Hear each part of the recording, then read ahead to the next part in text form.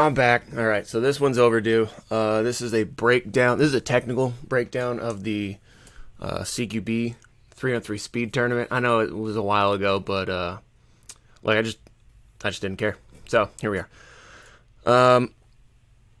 Make sure you're checking out the social media for all of your fields. Make sure you are checking out US Airsoft up in Anderson, Roseville, California, which is my field, is the Airsoft Ministry. There is UCA's, UKAUS in Galt, California, West Coast Adventure Park in the middle of nowhere in Slough House, and now we have Gold Country Airsoft in El Dorado Hills.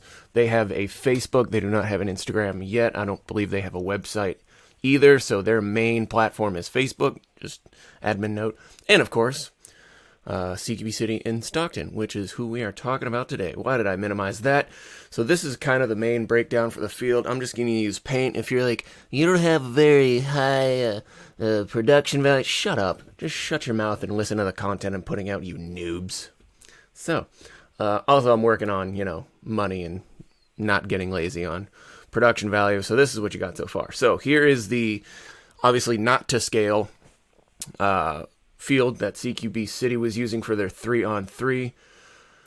The structures of note, we'll use gray. I like gray. Happy gray. This is first of all, what I love about this is they had one side was red and one side was blue. Aesthetically, I thought that was beautiful. So right here we have the red spawn, or the red break point, and the blue break point. The ref tower was right here. This was a 2-story building. I was basically dead center mass. This was a tiny little wedge half structure, I guess. It was like waist high. And I'll go over its importance in a minute. This was the middle X where the flag was located. Here's the little snake they had. These are standing height. So these were about probably about 6 foot tall, standing barricades. 2 L shapes and a V shape. These were also I believe these were standing height as well. Were they standing height? I think they were standing height. Anyway, these were about waist high. This was a box, this was a box, and this was an X. I believe this was the same size and dimensions as the center X. I'm not sure exactly. And the other side was this. I literally copied, flipped, and recolored this because it was a symmetrical field. And this was the snake, which was about waist high, somewhere between 4 to 6 feet tall. I can't remember off the top of my head. Anyway, so it would start. You'd have your 3 dudes. Here. Let's do a fill. Yeah. So you'd have. Oh no, fill. I want to fill. Fill me. Boop. That's why. No, there it is. Okay. Player. Yeah, super technical, right? Player.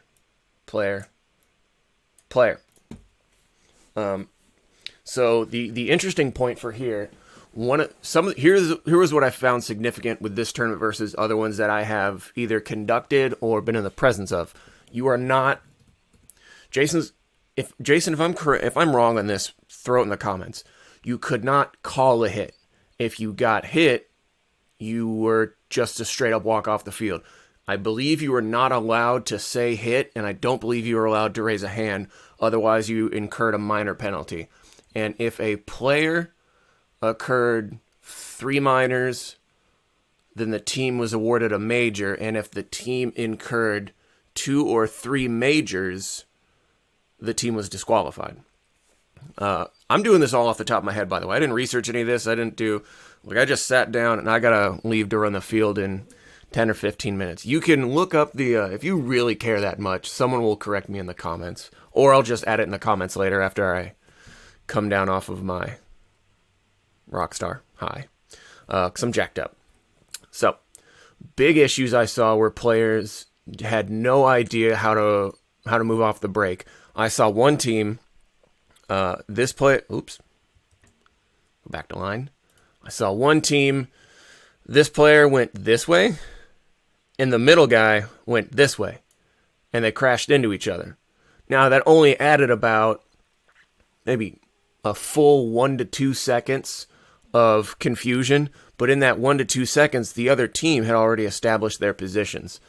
Another thing that I saw is a lot of teams, let's switch primary color to green, would just run up here, run up to the first level, and they would just try and play it like a snap shooting battle.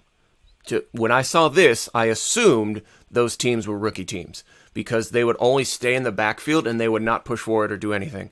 Going back to the technical aspect of the rules, the main format of the tournament, it was kind of a, let's say, jungle ball / speed QB inspired, in the sense that you did have to secure the flag, which is in the middle, and hang it on the other side of the team, similar to Speed QB or Jungle Ball also. However, unlike those two formats, you had to first eliminate the team before you could hang the flag.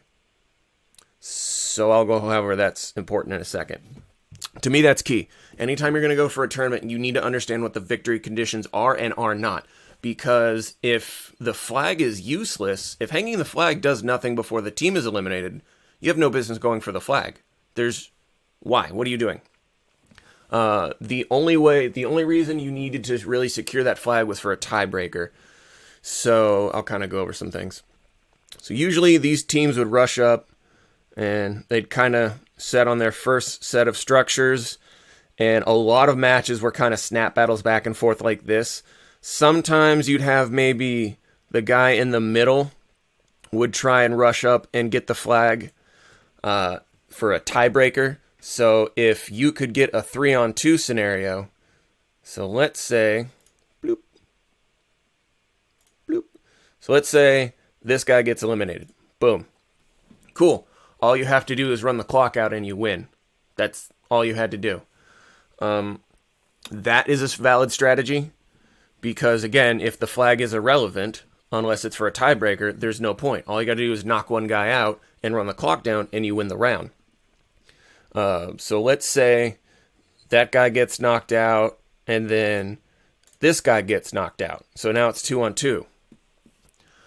If I remember correctly, the tie was awarded to whoever, what do they call it? They don't call it hanging. So basically whoever grabbed the flag first. Grab? I think actually grab was the term. Secured? Whatever. So say it's a 2-on-2. You send a runner up the middle here and he can secure that flag. The blue team secures the victory. It is not dependent upon who eliminates the player first. So let's see red team eliminates a blue team player first and then blue team eliminates a red player. Usually in standard TDM tournament rules, the red team would win the tie because they eliminated a player first. This isn't TDM. This is flag based. So whoever secures the flag wins the tiebreaker. That's an important part to that. And I did not see a lot of teams doing that. What I did see a lot of teams doing, let's get rid of these lines. What I saw a lot of teams doing was trying to do like really noob rookie level snap battles. And no, I saw a lot of teams that would not push past the first level of buildings for whatever. I think it's because most players didn't know what they're doing. And that's not meant in an insulting way. That's simply meant to say that for a lot of local teams in Northern California, this was their first tournament of this type. So for a lot of players, this was a legit learning experience. If I were to see teams go to like a high-level tournament, like maybe an MLA or like Jungle Ball or Speed QB down south, yeah, I might have some why did you, like, you knew it was going to happen, right? Like, you can't sit in the backfield and pray. Very similar styles keep in mind this is 3-player and a lot of SoCal tournaments, which is what we in the North usually look for as a template. A lot of SoCal tournaments are 5-player events. Northern California does not have a lot of competitive 5-player teams. They may have 5-player teams that are like social clubs. They may have like 20 people on a team, but they're just like recreational. They don't compete in anything. They're just for the fun of it, and God bless them for that. They don't have to compete. But the big market in Northern California is mostly 3-player teams. Because again, if you're looking at a 5-player team, you're really trying to find teams with like 7 to 8 dudes. Rarely does a legit competing 5-player team just have 5 dudes. They have jobs, they have school, they have whatever. So dynamics were a little bit different in this because of the 3-player aspect. Sometimes you'd have guys push up the middle, but what I saw, the first dominant position I saw Oh no. Bloop. No fill. Bloop. First dominant position I saw was right here, this wedge. I had instructed two teams. I don't know if instructed. I had suggested to two teams, Tacos and DOA, because they asked, and I said, anytime you see me at a tournament, I will coach literally any team. Anyone. If you have questions, just come up to me. I usually gravitate towards DOA and Tacos because I've known those guys for years and they play at my field. And they also ask me for help regularly. So don't think that I'm a member of Tacos or DOA. I'm not. I'm a lone wolf. But I will literally coach anyone that asks me. Anyway, so let's have this guy. Boom. His first position is usually to run. If he feels like he can, he will run to this second level position, or this middle bunker. We'll call it middle. We'll say this is kind of like neutral. He'll come up here, and if he can from there, he also needs to boot scoot to this wedge. This is important because since this was about waist high, you couldn't stand on it. So anyone from here, from any of his two teammates on this side, easily had line of sight to whoever was coming on if they had their sectors of fire covered up. And anyone in this position, anyone stationed here, basically had control of the flag, because obviously this isn't to scale, because this had a perfect angle to intercept, anyone that was making their way to the field. And I saw DJ's team use this very well. The Paintball Gateway Brea was the full name, which was a brilliant, beautiful marketing name, by the way. I saw them use this position a couple times. I believe they saw the same things I did. Those are real high competitive guys. So they, around the same time I'd started talking about this position, I'd started seeing them use that position as well. I didn't really see anyone else try and go for this. Again, most of the standard, the newer level teams were basically trying to do just a Hail Mary. That was it. You'd see some teams trying to use the snake and get a sweep in. I saw more teams using the snake than using this position. I think because everyone's pretty familiar with paintball and speed QB, I think more people were more familiar with the dynamics and the importance of the snake than of anything else, because it's a pretty popular position in aggressive style play. So that is my theory for why that was used more.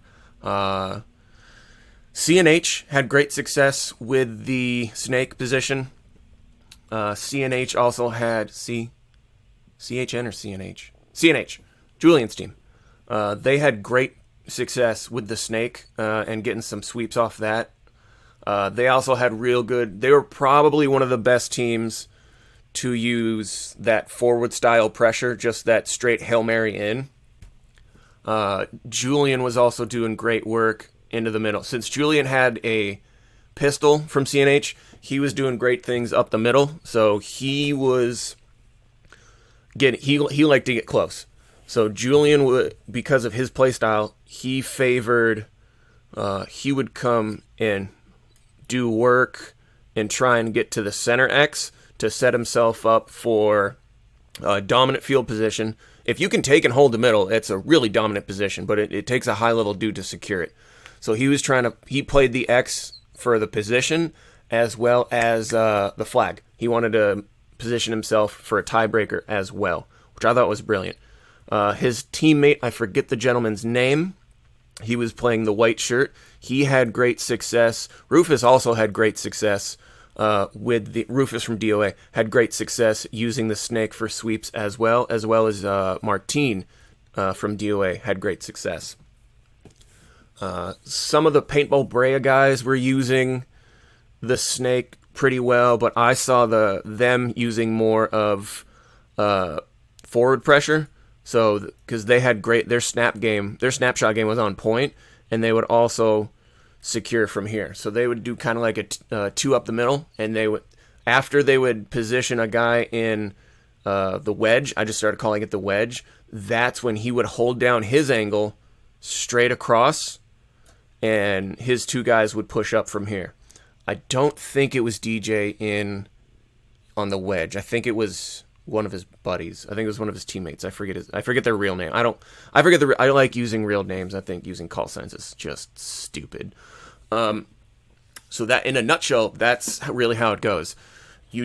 When you're competing, you need to understand. Obviously, you need to see what the rules are, so see what you can and can't get away with for your strategies. You also need to understand what the victory conditions are and are not. A lot of teams were playing this like capture the flag, so their main focus was a dead Hail Mary up to the center to hold the flag.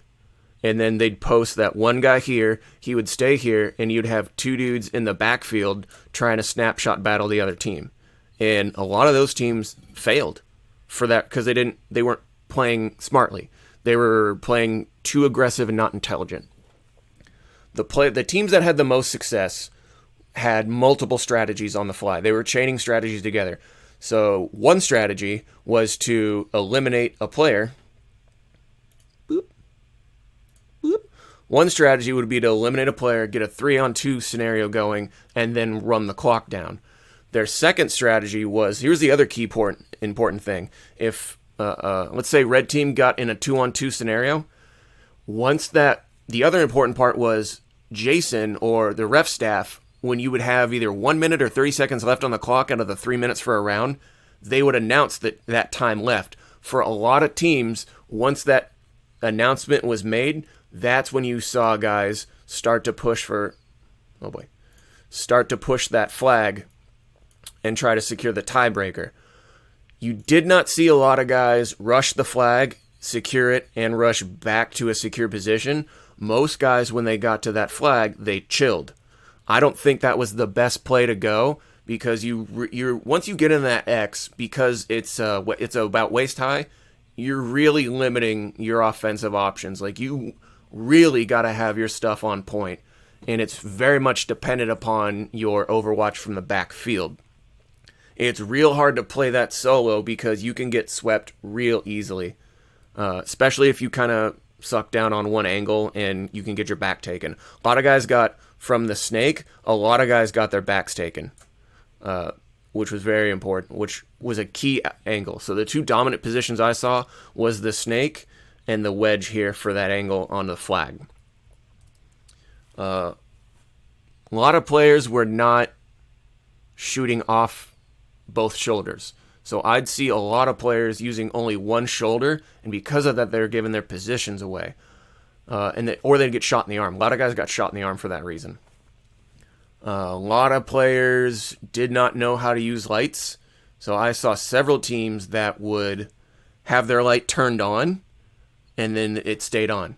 So they'd have it up, and then they'd look down, or they'd have the gun pointing at the ground or whatever, and their light was still on, but they're still giving their position away. Because a lot of guys don't know how to use light discipline. Shout out to J-Lo from Cryptic, who has a busted, horrible knee. I don't know if he has bad knees. I forget what the exact, I don't know if torn ligaments or whatever. Towards the quarterfinals? Late in the game. Dude, J-Lo from Cryptic was just, you could tell he was hurting. Like, he was limping. It was bad. So shout out to him and his heart and his lack of cartilage. I'm right there with you. So there's that. But other than that, this was a very simple, I don't want to say simple. Simple sounds insulting. A very fundamental tournament. Fundamental meaning not a lot of crazy techniques needed. There's not a lot involved to win this tournament. You need solid fundamentals, and you need to know how to plan and strategize. That's it. And if anyone is ever, at a tournament and you see me, don't be afraid to ask me for advice, say hi, whatever you want. Whatever you want. I will always coach anyone that asks me to an extent. So if like 5 teams come up to me and ask me for advice, I'm probably going to tell you the same thing because it's what I see that's working. But I can't really dedicate to one team. If DOA's there, I'll usually just hang with them because sometimes I'll catch rides from them and they're my homies and my friends, and that's it. But I tried to spend a lot of time with Tacos also. I wanted to help. There's a dad and his son that I would have really loved to have coached. There's dad and sons. I don't remember what, One Shot, I think. Yeah, those guys I wanted to coach real bad. But I think by the time I had really saw them and recognized them, shout out to that team, by the way. It was a dad and his two sons. That was legit. I would have loved to have coached those guys. But by that time, I was really aware of what that team is and was. They lost their second match and they were out of the losers bracket, so they were out of the tournament. Scratch my mustache. Another big thing. If you're competing and it's a semi-auto match, really, if you're competing in anything they don't limit the amount of magazines you can carry. I'm not talking about the capacity of high caps or low caps. If it's like, say it's a mid cap only tournament, if you're not running at least 5 magazines, you're stupid. You're ridiculous. Part of a strategy needs to be aggression. In that aggression, you need to suppress your opponent. You're just using suppressive fire, and you pin them back and get them to retreat. I saw guys running matches with 2-3 magazines. Like, what are you doing? You're not. Go get more magazines, bro. So as an individual, assuming there's no limit to how many magazines you can possess on a field, you need to be running at least 5 standard M4 magazines. If you're running a pistol, again, you need to be running at least 5 long caps. Long caps? That sounds stupid. 5 extended mags, so what are they, 55 to 60 rounds? If you can get away with a drum, run a drum. But I saw guys running 3 mags because that's all they had. What? Okay, well, now that you've played and you know that, you need to be running 5. Minimum. 5 is the minimum. I saw one team that I was helping, and each player only had like 2 or 3 magazines apiece. And I looked at them like they were ridiculous. Like, why would you limit yourself to that? Like, do you have more magazines? Yeah, I think we do. Bro, go get them. Go get them all. Go bring all the magazines you can find. Stuff them in your pockets and in your gear. And that is it. That is it for that. If you have any questions, if you ever want help or coaching or whatever, I am always there to help at tournaments because I don't compete in them. So even if I was, I'd still help out anyway. So that is it. Go away. Stop bothering me. Ask me all the questions you want. Love you. Bye.